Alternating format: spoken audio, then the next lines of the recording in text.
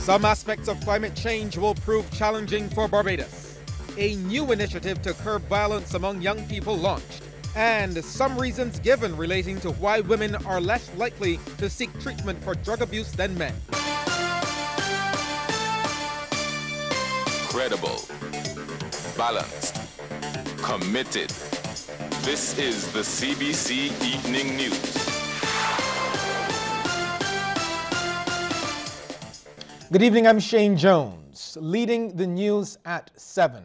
Barbados is not in a position to deal with some of the aspects arising out of climate change. That's according to Minister of Maritime Affairs and the Blue Economy, Kirk Humphrey. He made the comments on the International Day of Climate Action, which is observed on October 24th. Sharika Griffith has that story. Minister Humphrey believes the world as we know it is changing. He says years ago, Barbados may have shied away from conversations about climate change, but the reality is we can no longer afford to do so. We've been struggling now as a very new government with how will we prepare Barbados for the impacts of climate change. We know for sure that the sea is rising.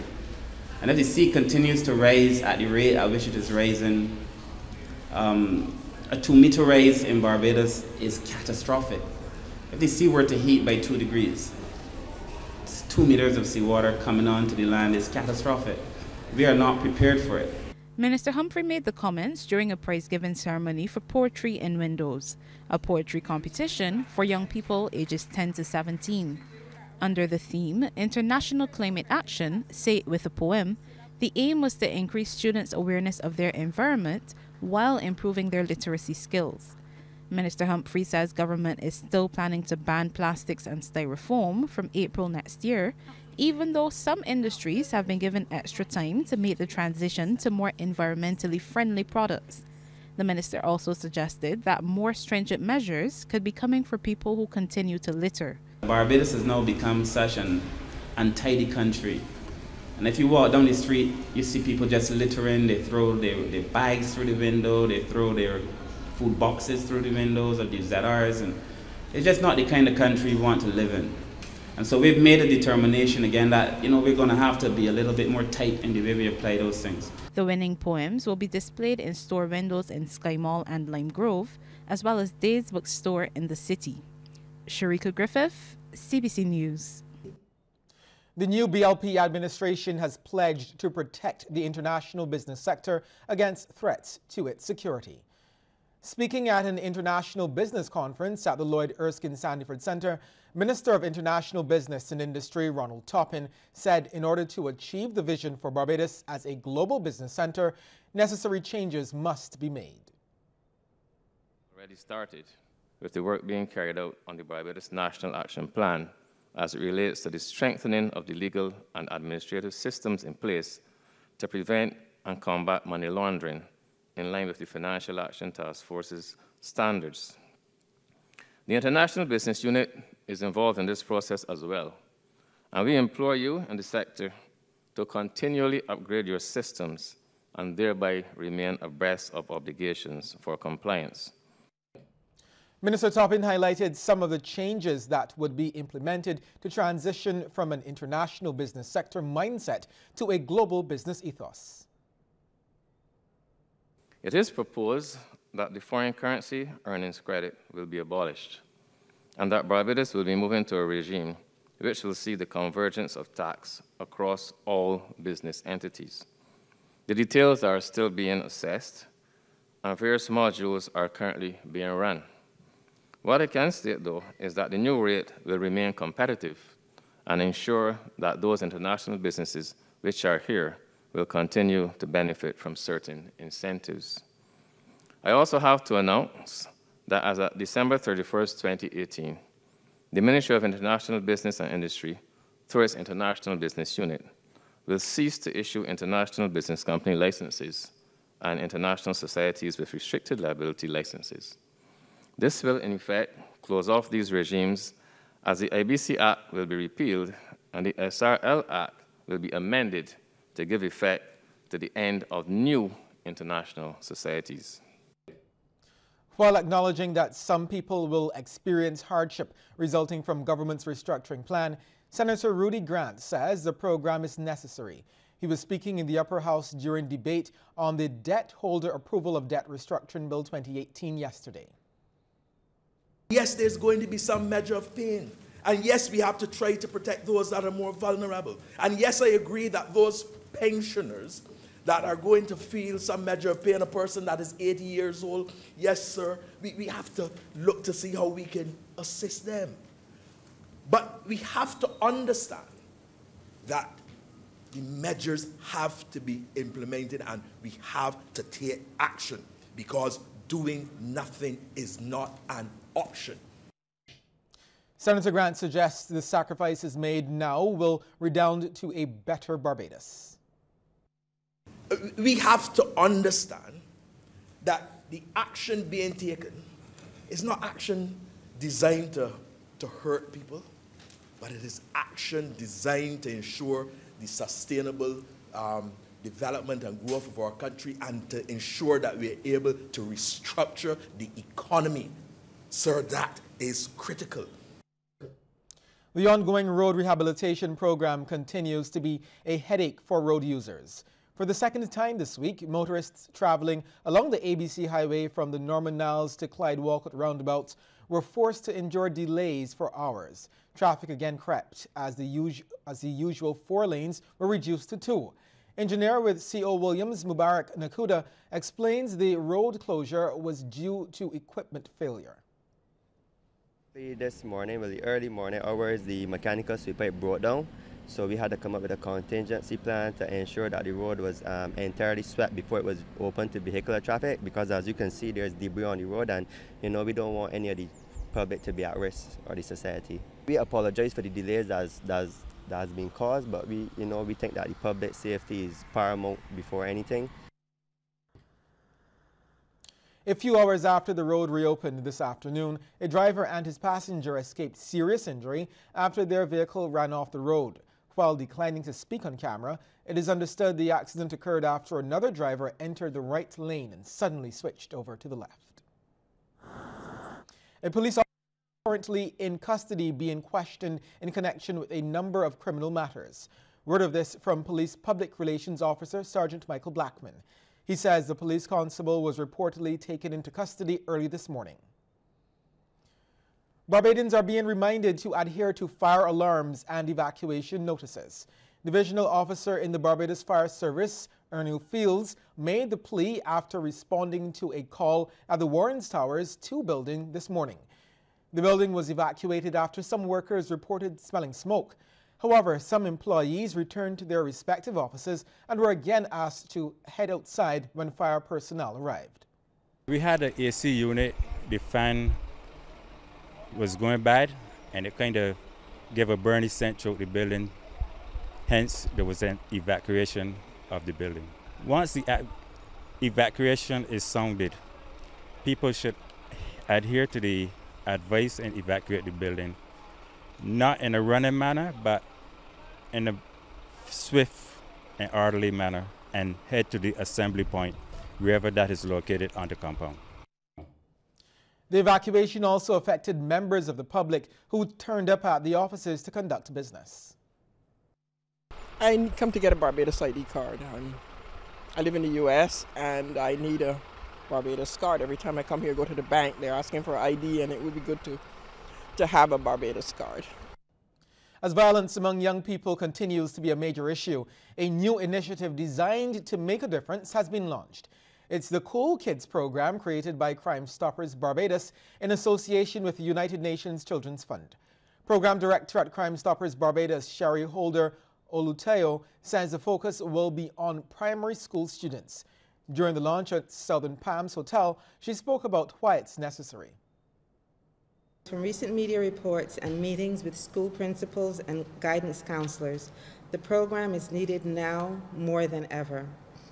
As more incidences of violence in schools is being reported among girls and boys in Barbados, with the latter more prone to using weapons, it is incumbent among organizations such as Crime Stoppers Barbados that are sanctioned by the Ministry of Education to put in place an engaging yet efficient program to address the issue of anger and conflict. Chairman of Crime Stoppers Barbados, Oral Reid, said a few primary schools will be targeted initially, but the intention is to reach them all. We are, however, aware of the fact that there are just under 30 primary schools in Barbados, and that this phase to which we speak this morning seeks to address 5 schools. But we are aware that we have to tackle this in various phases, perhaps 5 or so phases, with a view of covering all of the primary schools in Barbados. A local service organization has joined efforts to address the alarming number of overweight children in Barbados. The Kiwanis Club, Pride of Barbados, will be working with the Ministry of Education to introduce a number of activities encouraging children to live healthier lifestyles. President-elect of the club, Dr. Nicola Yard, made the announcement during a donation at the Eden Lodge Primary School yesterday. We've chosen Eden Lodge Primary School because we have a K-Kids club here. So we're starting with Eden Lodge Primary School and then we will move on to other schools. What we have done today is that we've provided bottled water for all of the students of Eden Lodge Primary. We will start with Water Wednesdays and then we will advance to Fruit Fridays, and we also try to introduce an initiative encouraging the children to be more active at school. Principal Grace Wickham, in welcoming the donation, says the school has embarked on its own quest to reduce obesity among its more than 500 students. They sip their water during school time, and one day each week we have water only instead of soft drinks. And one day during the week as well, another day we allow them to bring fruit as their snack instead of the usual sweet snacks and salty snacks that they bring to school. With October designated Education Month, children have primarily been the focus. However, for one day, the spotlight shifted to teachers of the Luther Thorne Memorial Primary School. A total of 34 teachers were presented with tokens of appreciation through an initiative by the Parent-Teacher Association. Really appreciate the teachers here, and for the 3rd year in a row, we have decided to take a special day, a special moment, so that the children can express their appreciation for the teachers. And this year, the added element was having the parents get involved. So one parent from each class group took time out of their schedules to come here this morning to be able to get involved in the presentation. So as Mrs. Babel said, teachers are really, they lay the foundation for a whole society. And here at Luther Thorne, we're very proud of what is happening. Principal Debbie Bovell expressed gratitude for what she describes as a wonderful gesture. She says the school is blessed to have such a good relationship among parents and teachers. She also encouraged students to show their appreciation in another way. You are blessed to have the best parents. You are blessed to have the best teachers. I don't want you to just shout thank you. I want you to demonstrate it.